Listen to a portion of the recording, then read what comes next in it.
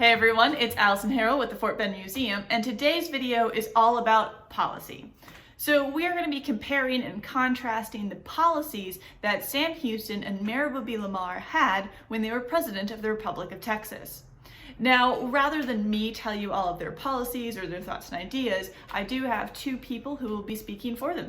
Now, we're going to be looking at the policies of Sam Houston and Mirabeau Lamar that they had during their presidencies in the Republic of Texas.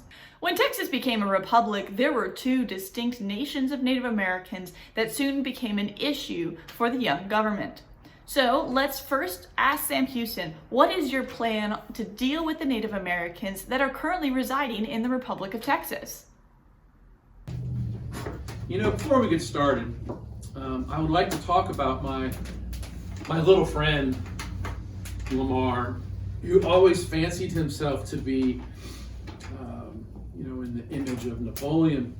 However, if you do get to talk to my friend Lamar, will you ask him how his inauguration speech went, please?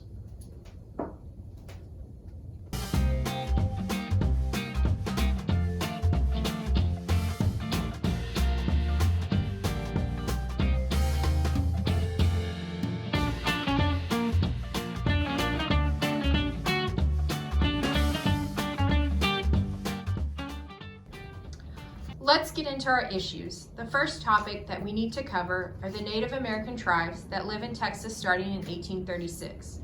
So Sam Houston, what is your plan on how to handle the Native American tribes in the newly formed republic? Well, I'll tell you.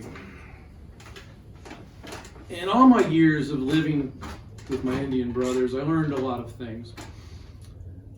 One of those things is that if we build and equip and train an army, that it's going to be a waste of our treasury. We're going to spend too much money on tracking down a group of people that we'll never catch.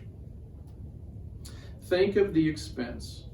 It's just a waste of money. I believe it's better for all parties, both Texian and Indian, to live in peace. Okay, now let's toss the same question over to Lamar. Lamar, what's your plan for the Native Americans living in Texas? I think Sam Houston's policy regarding the Native Americans is far too lenient, very typical of the gutter snipe that he is. Native Americans have absolutely no integrity. Land could be better used by colonists here in Texas. There's no chance of negotiating with these Native Americans, and there's no chance of coexisting with them.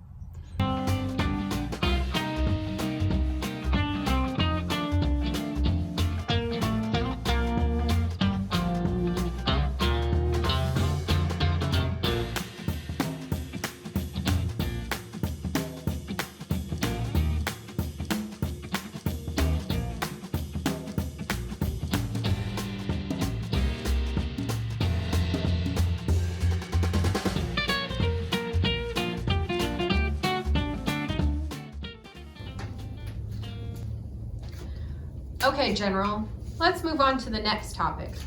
What should the future of the Republic be? Do you think that the Republic of Texas might one day join the United States of America as a state? Well, I'll tell you.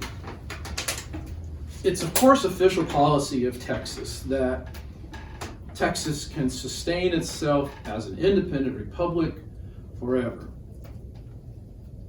However, I'll tell you what I told my friend Jackson, that it's my great desire that Texas be annexed to the United States in a manner of justice and reciprocity to both parties. Okay, now I'm going to toss the same question to Mirabeau Lamar. What are your feelings on annexation by the United States? Well, in response to that, I think that the Republic of Texas will exist for all of time. I also think that this Texas of ours should extend our holdings, our land, our republic, all the way west to the Pacific Ocean.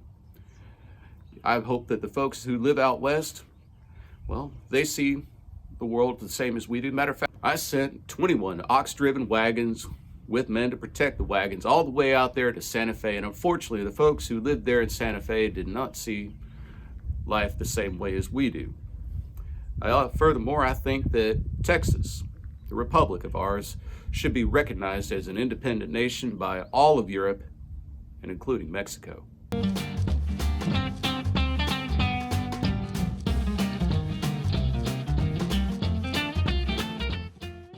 Okay, now that we know where you would like the future of the Republic of Texas, but let's flash forward a bit. Now we're looking at the late 1850s. Texas has joined the United States of America as the 28th state, and there are rumblings of division between the states. What do you think that the answer to these rumblings should be?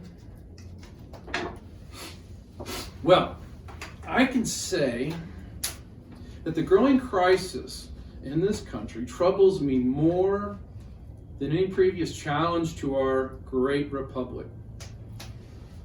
To have agitators in both the North and the South generating such animosity for the remainder of the country, it's unconscionable. To have secessionists and abolitionists pit the rest of the country against ourselves, it's simply not sustainable. And I can tell you from personal experience in 2 wars, it's not something that I would wish upon the United States. Brother fighting brother, it will only lead to blood and smoking ruin. Same question to Lamar. What do you think the state of Texas should do?